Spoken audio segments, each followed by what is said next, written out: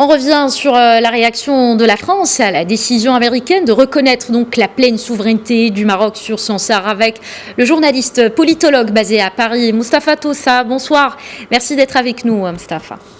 Bonsoir Manal. La France a donc réagi à la décision des États-Unis.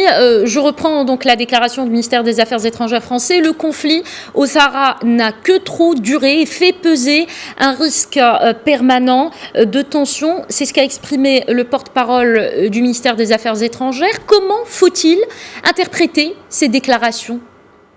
Oui, il faut l'interpréter comme un signe supplémentaire d'impatience face à un conflit qui n'a que trop duré. Ça fait plus de 40 ans que le conflit du Sahara est source de menaces sécuritaires, d'instabilité politique, et que après la décision historique américaine, la diplomatie française doit aussi prendre un certain nombre de décisions au nom aussi de l'Europe. Donc il n'est pas étonnant que dans les prochaines semaines, les prochains jours, peut-être certaines capitales européennes vont annoncer l'ouverture de leur consulat aussi à Dakhla pour inscrire dans le marbre la marocanité du Sahara, comme ça a été fait par l'administration Trump à travers un décret présidentiel. Donc le positionnement de l'Europe a toujours été favorable à l'option proposée par le Maroc, mais maintenant tout le monde s'impatiente et il faut absolument mettre un terme à ce conflit qui a duré trop longtemps et qui a trop longtemps menacé la stabilité régionale.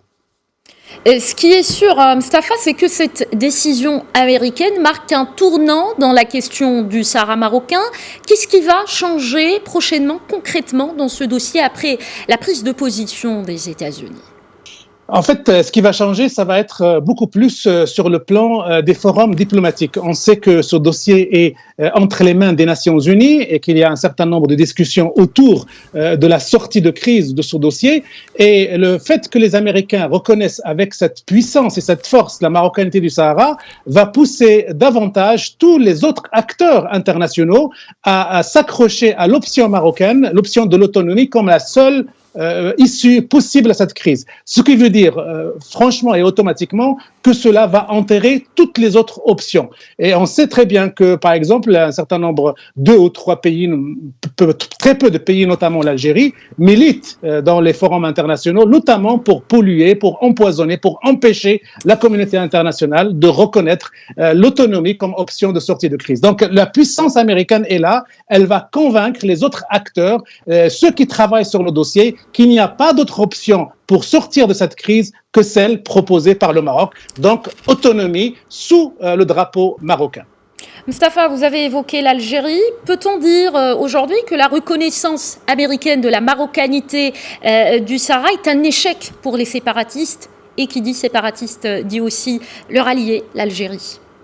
Échec cuisant de l'Algérie et des séparatistes du Polisario parce que l'Algérie a investi des milliards de dollars pour vendre des chimères, pour vendre le rêve d'une indépendance fantasmée. Et donc aujourd'hui, d'ailleurs on le voit dans les réactions dans les réseaux sociaux algériens, on voit le choc, on voit la surprise, on voit l'amertume, on voit la déception, et on voit aussi de nombreuses voix algériennes qui demandent à leur gouvernement de revoir sa politique et de revoir sa stratégie à l'égard du Maroc. Donc notamment, tous ces facteurs vont être un facteur de pression sur le gouvernement algérien pour le pousser à négocier une solution avec son voisin marocain et à sortir la région de cette crise qui n'a, comme tout le monde l'a constaté, et l'Europe en premier, n'a que trop duré.